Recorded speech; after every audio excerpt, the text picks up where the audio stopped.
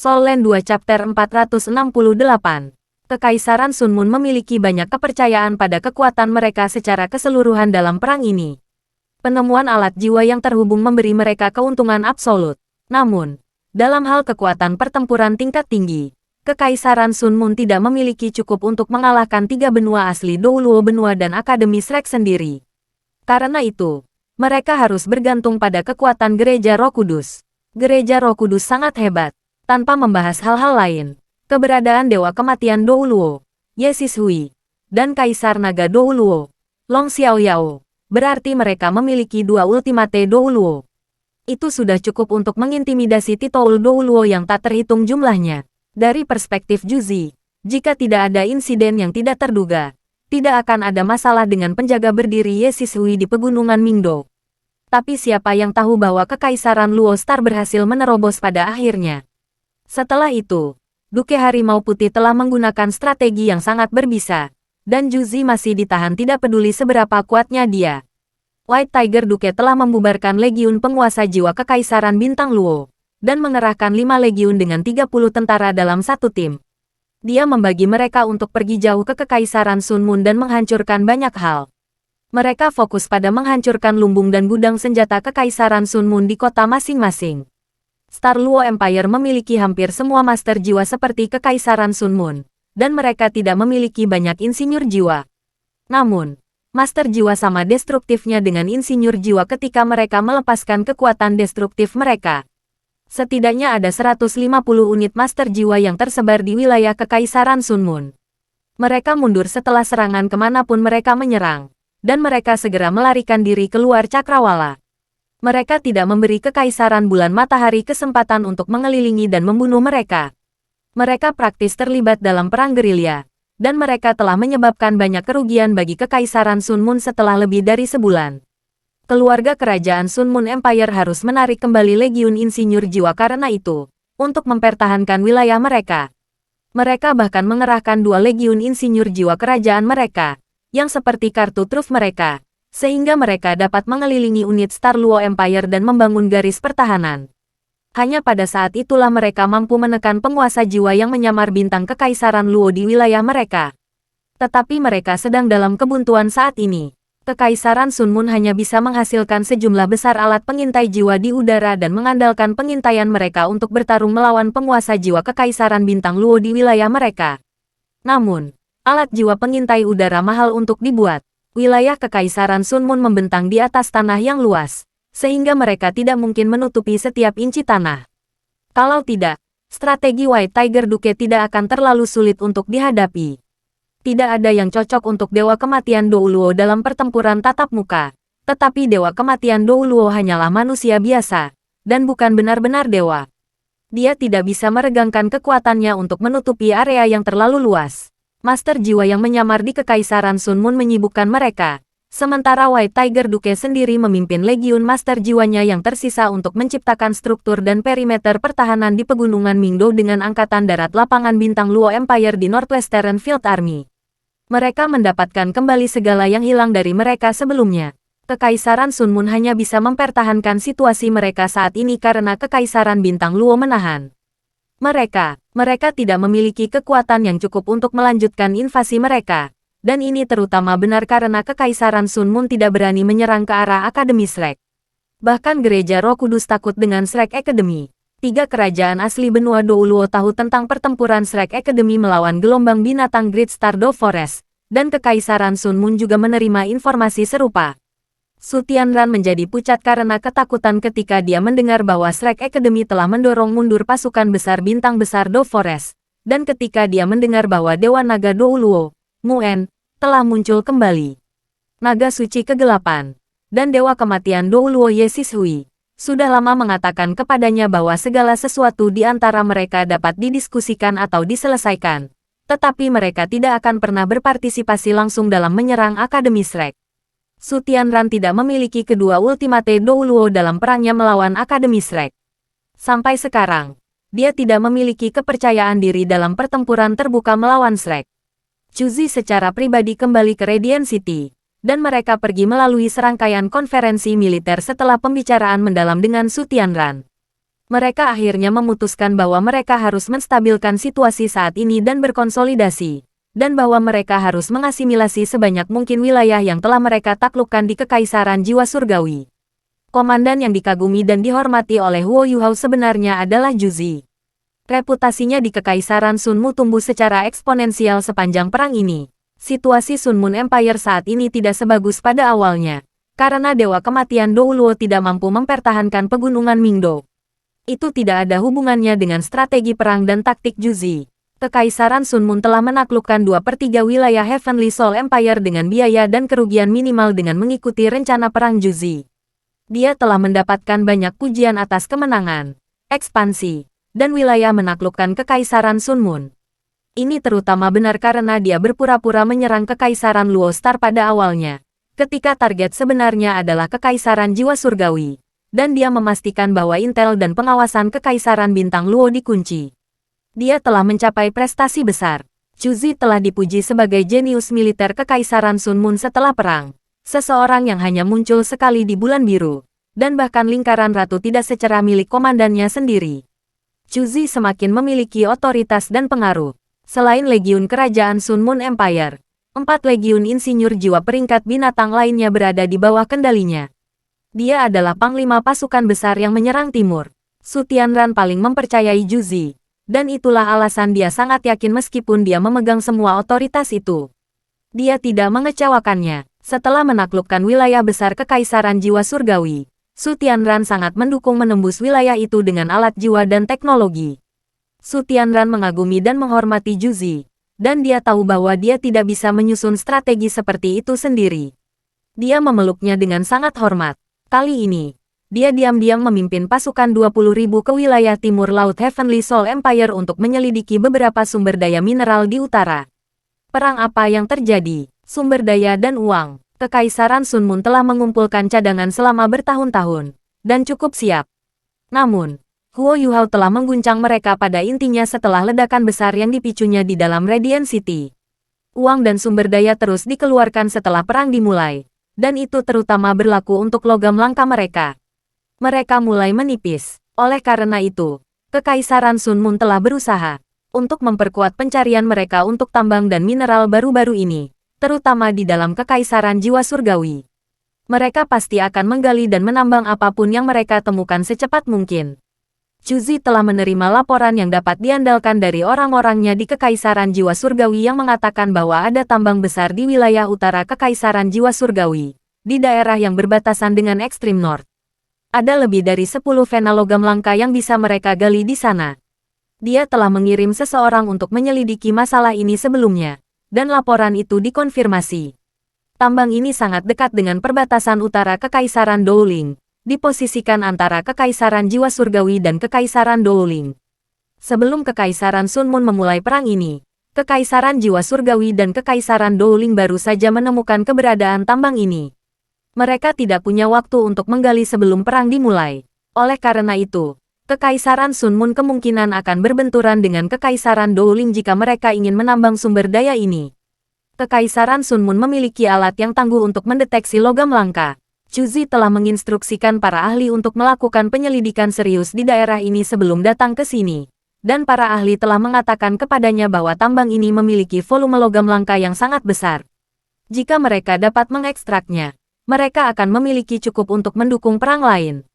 Juzi telah melaporkan hal itu kepada Su Tianran begitu dia berhasil mengkonfirmasi laporan itu. Logam langka tidak diragukan lagi menjadi sumber daya paling penting setelah menambahkan insinyur jiwa ke dalam sejarah perang. Su Tianran sama sekali tidak yakin meninggalkan sumber daya penting di tangan sembarang orang. Dia memutuskan setelah berdiskusi dengan Juzi bahwa dia akan secara pribadi memimpin Fire Phoenix Legion di sini, dan bertanggung jawab untuk menggali tambang ini. Selain pasukan 20.000 ini, akan ada tim besar eksavator yang akan tiba nanti. Namun, mereka akan menambang di Extreme North, dan cuaca akan sangat mempengaruhi kecepatan dan kemajuan penggalian. Tim membutuhkan waktu untuk bersiap. Oleh karena itu, Juzi datang terlebih dahulu untuk menaklukkan dan mengasimilasi seluruh tempat ini sebelum membuat rencana lain. Huo Yuhao tidak akan tahu tentang semua ini jika dia pergi dengan Nan Qiuqiu sebelumnya. Takdir bekerja dengan cara yang misterius. dan satu episode meditasi mendalam menciptakan kesempatan baginya untuk melakukan pengintaian seperti yang dia lakukan. Bagaimana mungkin dia tidak sedih? Dia belum mencapai tujuannya yang sebenarnya untuk berada di sini. Namun dia telah mengalami kerugian besar seperti itu. Tidak sulit untuk membayangkan betapa mahalnya pendeteksi jiwa yang digunakan oleh Legiun penguasa tingkat binatang. Dan bahkan dia tidak bisa menanggung kerugian 60%. Ini adalah pukulan besar. Lebih jauh lagi, dia tidak bisa memahami apa jenis master jiwa yang bisa mencapai prestasi ini. Jika orang itu adalah seorang insinyur jiwa, bahkan Kekaisaran Sun Moon tidak memiliki hasil dalam menggunakan alat jiwa untuk seni penyembunyian. Chuzi tidak percaya bahwa 3 kerajaan benua Douluo bisa melampaui Kekaisaran Sun Moon dalam hal ini. Jika seorang guru jiwa tunggal melakukan semuanya sendiri, maka bukankah kemampuan guru jiwa ini terlalu kuat? Dia bisa menyembunyikan dirinya, dan dia bisa melepaskan keterampilan jiwa tipe S di area yang luas. Dia belum pernah mendengar Douluo berjudul yang bisa mencapai semua itu. Lewati pesanan saya, semua orang di Fire Phoenix Legion akan bergerak sekaligus. Semua orang akan memegang detektor osilasi untuk mencari dalam jarak 30 km dari kamp tentara. Namun, jangan memengaruhi Dragon City, sehingga kami tidak memengaruhi rencana kami untuk mengasimilasi kota melalui teknologi kami. Iya, insinyur jiwa bawahannya langsung mengakui, dan pergi dengan cepat. Chuzi mengerutkan kening saat dia menghitung secara mental, dan mempertimbangkan dari mana orang yang menyelidiki mereka berasal. Kekaisaran jiwa surgawi seharusnya tidak memiliki kekuatan tersisa untuk melakukan pengintaian semacam itu di wilayah utara, dan mereka pasti akan menggunakan seseorang dengan kemampuan kepanduan yang mengesankan di medan perang. Kekaisaran Douling berada dalam situasi yang sama. Mereka bergabung dengan Kekaisaran jiwa surgawi, dan pasukan mereka berada dalam kebuntuan melawan pasukannya sendiri di medan perang. Mereka tidak akan memiliki siapapun untuk ditempatkan di wilayah utara. Dia bahkan belum mencoba menggali tambang itu. Hanya ada satu kemungkinan lain selain kedua kekaisaran ini. Orang yang baru saja datang untuk menyelidiki berasal dari salah satu sekte tertutup Heavenly Soul Empire. Itu satu-satunya penjelasan yang masuk akal. Chuzi merasa sakit kepala datang ketika dia berpikir tentang sekte tertutup. Sampai sekarang, mereka telah menaklukkan lebih dari 2/3 wilayah Kekaisaran Jiwa Surgawi. Tetapi Kekaisaran Sun Moon juga mengalami kerugian besar. Kerugian terbesar mereka tidak dalam perang. Sebaliknya, kerugian terbesar mereka terjadi ketika mereka bertarung dengan sekte-sekte tertutup itu. Kekaisaran jiwa surgawi memiliki sejarah panjang, yang dapat ditelusuri kembali 10.000 tahun.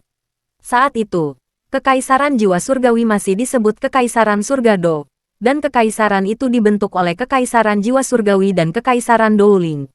Ada banyak penguasa jiwa di Kekaisaran jiwa surgawi. Dan ada banyak sekte tertutup juga. Meskipun sekte tertutup ini tidak ingin ada hubungannya dengan Kekaisaran jiwa surgawi di hari-hari normal, Kekaisaran Sun Moon adalah musuh mereka pada akhirnya. Musuh-musuhku adalah temanku, dan mereka harus bekerja sama melawan musuh bersama mereka. Sekte tertutup selalu sangat tertutup dengan apa yang mereka lakukan, karena mereka fokus untuk melindungi diri mereka sendiri. Mereka selalu melakukan tabrak lari melawan Sun Moon Empire. Dan itu sangat membuatnya kesal. Meskipun orang-orang ini tidak memiliki dampak yang menentukan pada perang, mereka secara konsisten menyebabkan kerusakan pada Kekaisaran Sun Moon. Mereka telah muncul di pegunungan Mingdo sebelumnya, dan sekarang mereka telah muncul jauh ke wilayah timur laut Kekaisaran Jiwa Surgawi. Sepertinya sekte ini, yang mahir dalam seni penyembunyian dan pengintaian, tidak hanya memiliki satu orang yang pandai dalam hal-hal ini.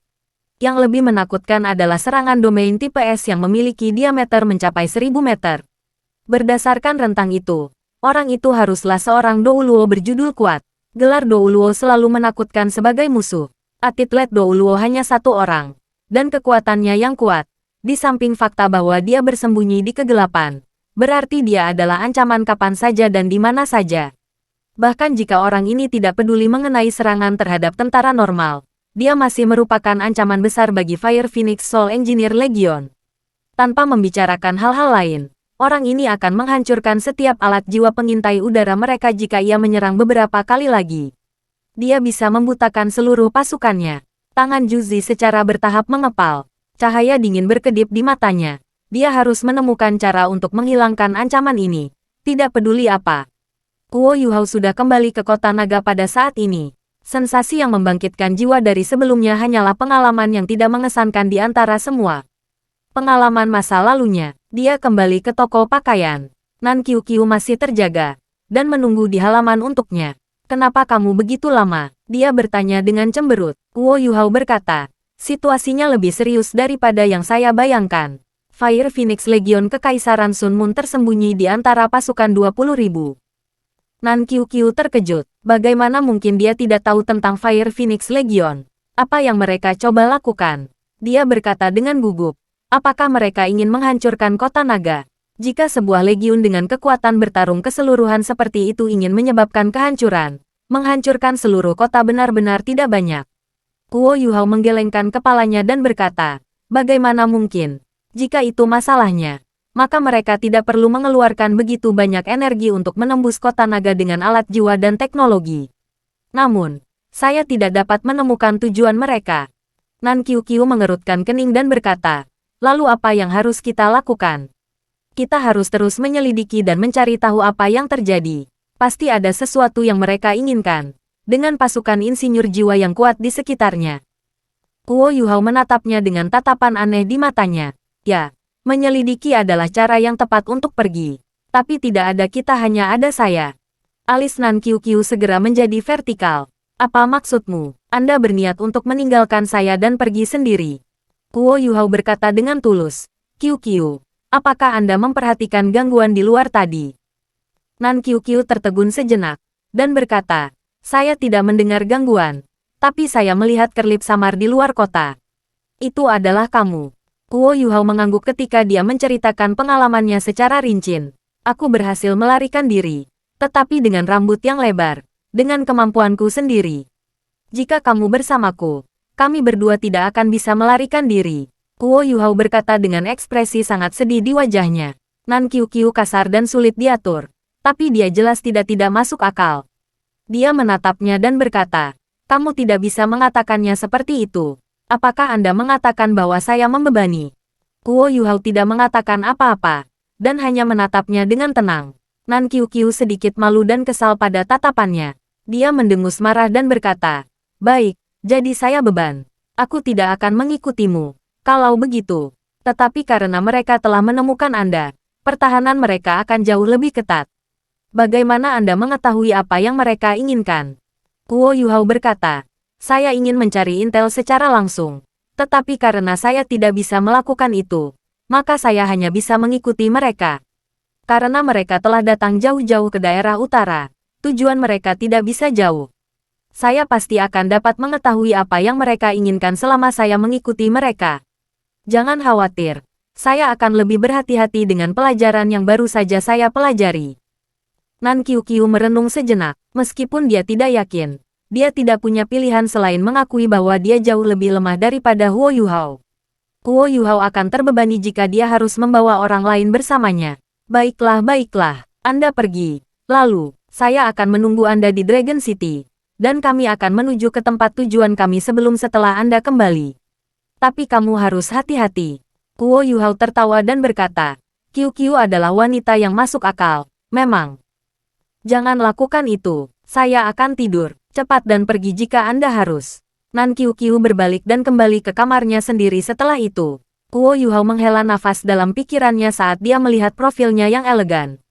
Qiuqiu adalah gadis yang baik, dan aku tidak bisa membiarkannya menjadi seperti Qr saat itu.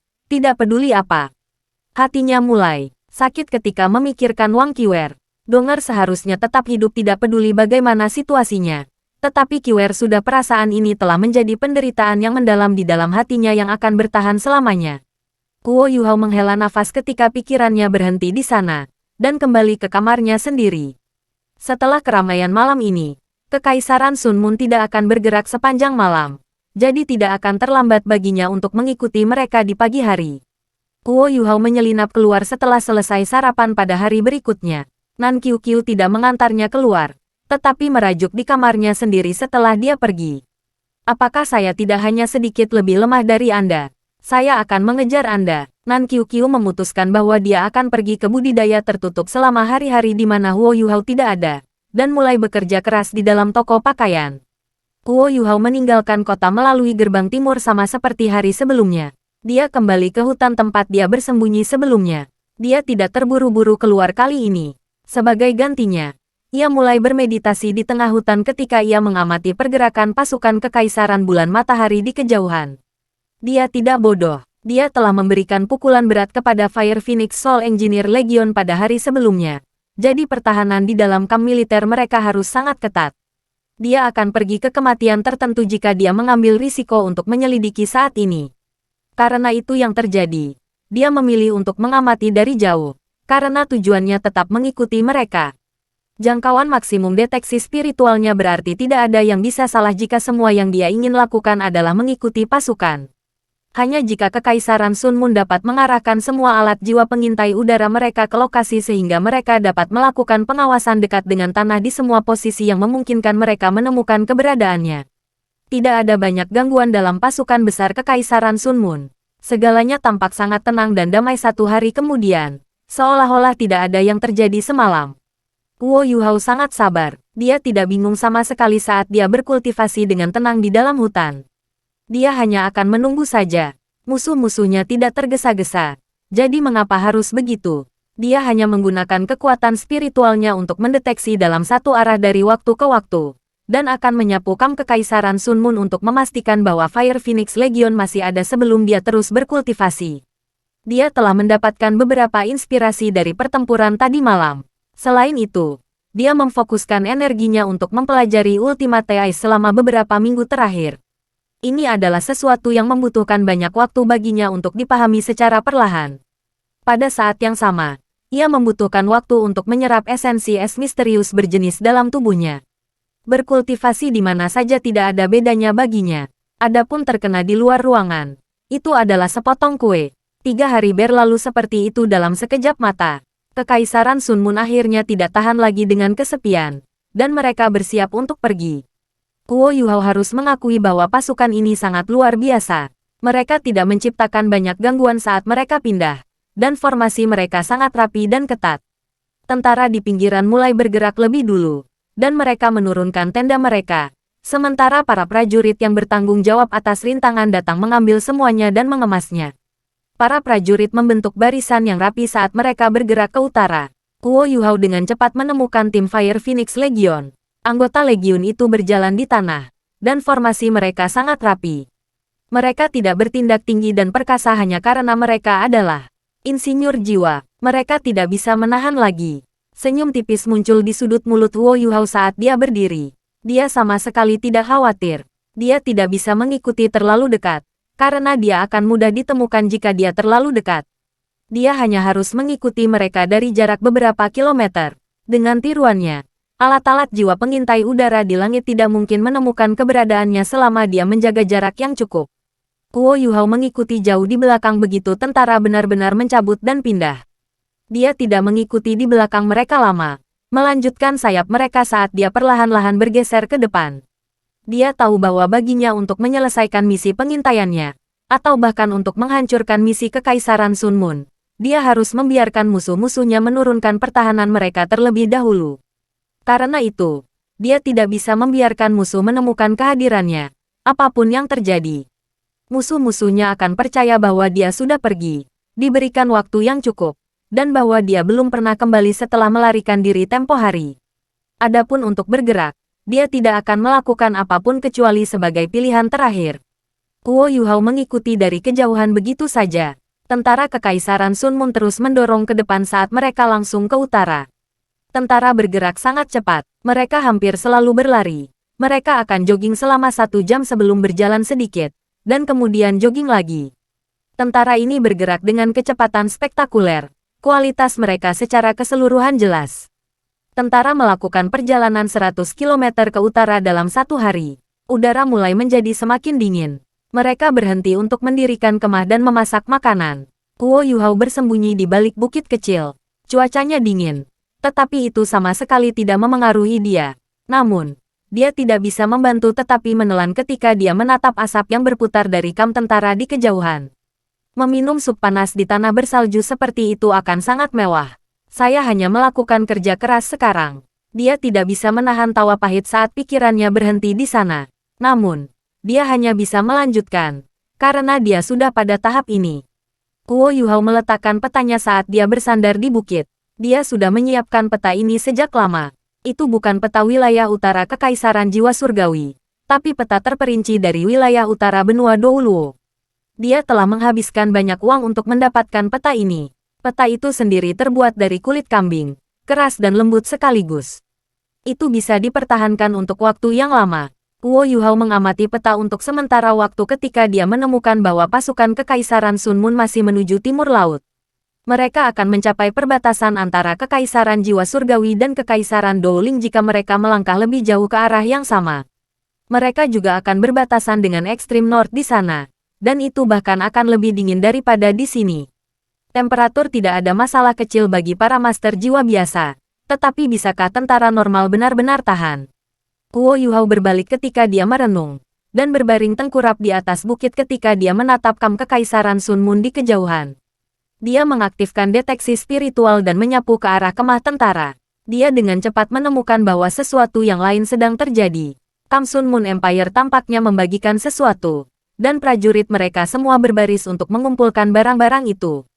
Semua orang diberi 2 item yang menyerupai kotak-kotak kecil, dan pakaian berlapis kapas. Pakaian berlapis kapas itu tampak berkualitas. Itu terutama berlaku untuk sepatu kapas. Mereka tebal dan kokoh, dan Guo Yuhao bisa mengatakan bahwa mereka akan sangat pandai mempertahankan kehangatan. Sepertinya, Kekaisaran Sun Moon telah lama dipersiapkan. Para prajurit ini mungkin layak dalam melawan hawa dingin, sehingga Kekaisaran Sun Moon tidak mungkin mengerahkan tentara dari wilayah utara mereka sendiri. Karena itu masalahnya. Dan selain pakaian katun yang telah mereka siapkan, mereka benar-benar akan mampu menahan dingin yang parah untuk waktu yang singkat. Guo Yuhao melewati malam di tengah angin dingin. Dia mengerti selama apa kotak-kotak yang diberikan kepada para prajurit lakukan keesokan paginya.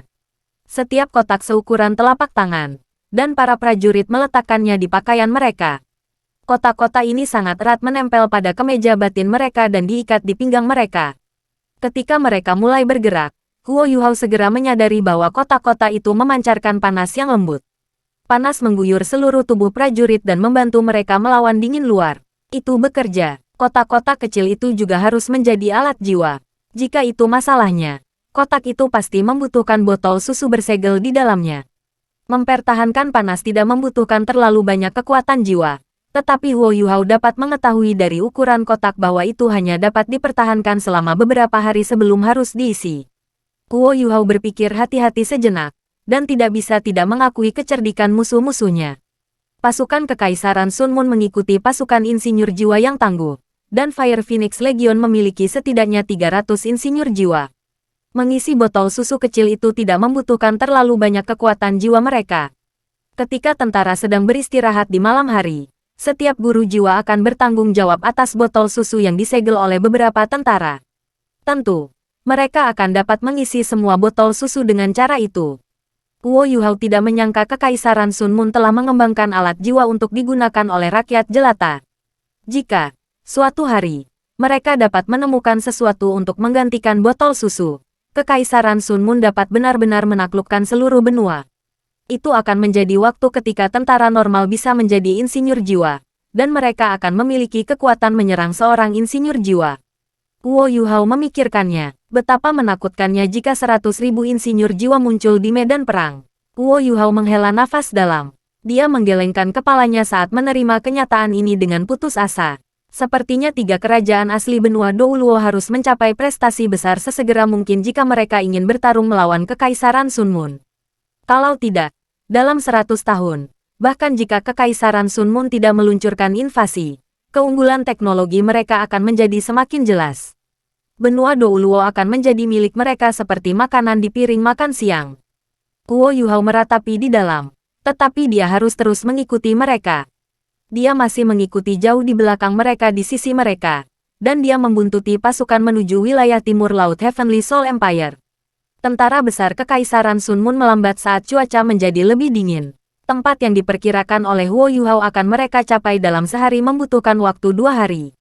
Semuanya putih dan bersalju di sekitarnya, dan angin dingin melolong di udara ketika mereka memotong seperti pisau. Tidak ada banyak kelembaban di udara di tempat bersalju seperti ini, karena sedikit air akan segera beku. Suhu di sini setidaknya 30 derajat di bawah nol, dan orang normal akan merasa sangat sulit untuk bertahan hidup di lingkungan seperti itu. Itu hampir malam sebelum Kekaisaran Sun Moon mendirikan kemah sekali lagi. Kamp mereka jauh lebih kompak dari sebelumnya. Selanjutnya, Huo Yuhao menyadari betapa terkejutnya bahwa tata letaknya juga berbeda. Fire Phoenix Legion, yang awalnya berada di bagian terdalam, dipindahkan ke pinggiran. Mereka membentuk lengkungan saat mereka berhadapan langsung dengan angin barat laut. Seolah-olah mereka adalah serigala alfa yang menjaga teman-teman mereka dari hawa yang paling pahit. Tenda komandan tampaknya tepat di depan, dan itu tidak bergerak sama sekali bahkan ketika angin dingin bertiup ke arahnya. Tenda-tenda lainnya diatur dengan rapi di barisan di belakangnya. Ini adalah tata letak yang bisa mempertahankan panas sebanyak mungkin. Asap spiral telah menghilang sekarang, dan dia bisa melihat udara panas naik dari beberapa tenda besar. Tidak ada keraguan bahwa juru masak tentara terletak di pusat, dan bukan di luar. Kalau tidak, menyalakan api akan sangat sulit di tempat seperti ini, di mana air berubah menjadi es. Huo Yuhao menghela nafas samar di hatinya. Saya kedinginan selama sehari, dan saya juga harus minum seteguk sup panas itu. Meskipun saya tidak takut pada dingin, saya telah terpapar cuaca di tempat bersalju ini selama berhari-hari. Hari-hari ini benar-benar tidak nyaman sama sekali. Namun, Huo Yuhao dapat mengatakan bahwa pasukan Kekaisaran Sun Moon tidak jauh dari tujuan mereka. Mereka selalu bepergian ke arah barat laut, dan sekarang, mereka berada di dekat perbatasan ekstrim North. Mereka akan memasuki ekstrim North jika mereka terus maju. Huo Yuhao telah berada di ekstrim North sebelumnya, dan sangat jelas tentang kondisi yang mengerikan di sana. Orang normal pasti tidak akan bertahan di tempat seperti itu. Dan itu adalah kasus bahkan dengan pakaian berlapis kapas dan alat jiwa yang memberikan panas. Bahkan para master jiwa tidak bisa masuk jauh ke dalam jika mereka tidak memenuhi standar tertentu. Selain itu, ada banyak binatang berjiwa es yang tinggal di ekstrim North.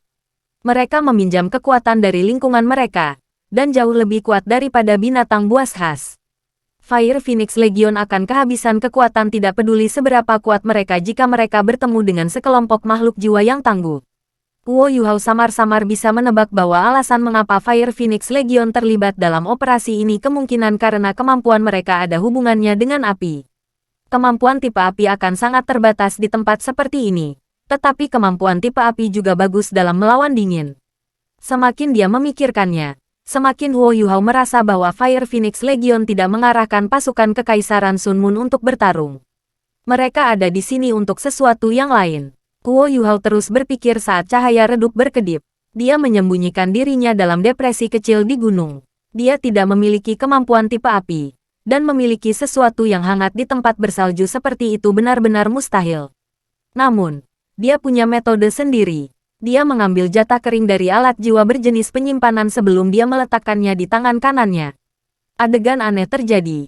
Jatah kering yang sulit di tangannya berangsur-angsur melunak, sebelum mereka mulai memancarkan kehangatan samar. Huo Yuhao tidak menyia-nyiakan waktunya di ekstrim North selama beberapa hari terakhir. Pemahamannya tentang elemen es menjadi semakin dalam, terutama dalam hal mengendalikan panas. Es membutuhkan banyak panas untuk mencair. Dengan cara yang sama, es pembentuk air akan melepaskan panas dalam jumlah besar. Huo Yuhao memanfaatkan prinsip ini saat dia menutup udara di sekitarnya sebelum dia mulai mengendalikan darahnya dan memadatkannya menjadi es. Panas yang dilepaskan secara alami ini, kendali seperti itu seharusnya tidak terlalu sulit bagi seseorang dengan kekuatan spiritual sekuat miliknya. Namun, jatah kering hanya akan sedikit hangat dan lembut. Dia harus memakannya dengan cepat. Pada akhirnya, dia tidak bisa membiarkan darah di tangannya membeku terlalu lama. Cukup lama untuk menelan jatah kering itu. Huo Yuhao dengan cepat menangani makan malam sambil bersiap untuk bermeditasi sekali lagi. Namun, tepat pada saat itu, dia tiba-tiba menyadari bahwa sesuatu sedang terjadi di pasukan Kekaisaran Sun Moon. Kekaisaran Matahari Bulan mulai mendirikan pilar logam tebal di sekitar perkemahan mereka dalam gelap malam. Beberapa anggota Fire Phoenix Legion yang mengenakan baju besi merah gelap sedang bekerja keras, terbang di udara ketika mereka mengatur pilar logam itu sesuai dengan lokasi yang ditentukan, sebelum orang-orang tertentu akan memukulkannya ke tanah dan menstabilkannya. Orang normal akan membutuhkan banyak mesin besar untuk menyelesaikan tugas seperti ini. Namun, ini tidak banyak untuk insinyur jiwa. Insinyur jiwa pertama-tama adalah master jiwa. dan mereka dapat mengandalkan alat bantu jiwa tambahan untuk bantuan, sehingga mereka menemukan tugas-tugas seperti itu sangat mudah dan santai. Tidak butuh waktu lama sebelum mereka hampir selesai dengan pekerjaan mereka. Sudahkah mereka tiba di tempat tujuan? Guo Yuhao mengamati dengan cermat. Tidak ada keraguan bahwa pilar logam ini dibawa bersama dengan alat jiwa tipe penyimpanan mereka. Setiap pilar tampak panjangnya sekitar 50 meter, dan berdiameter lebih dari 3 meter. Tidak sulit membayangkan berat badan mereka. Mereka tidak hanya dibawa oleh alat jiwa berjenis penyimpanan. Ini harus dilakukan dengan alat jiwa tipe penyimpanan berkualitas tinggi. Apa yang dilakukan Kekaisaran Sun Moon di sini? Apakah ini yang mereka inginkan? Apa yang ada di ekstrim North yang tandus? Guo Yuhao memiliki banyak keraguan dalam benaknya. Namun, dia hanya bisa terus mengamati. Setidaknya, dia yakin akan satu hal, bahwa Kekaisaran Sun Moon tidak akan membuat benteng di sini seperti orang idiot. Pilar-pilar logam yang sangat besar memiliki berat setidaknya 5.000 kilo, dan beberapa insinyur jiwa tingkat tinggi harus bekerja sama untuk mengatur dan memasangnya dengan benar di tanah. 7 atau 8 pilar dengan cepat dibor ke tanah, dan setiap pilar setidaknya 30 meter, sementara 12 meter tetap di atas tanah.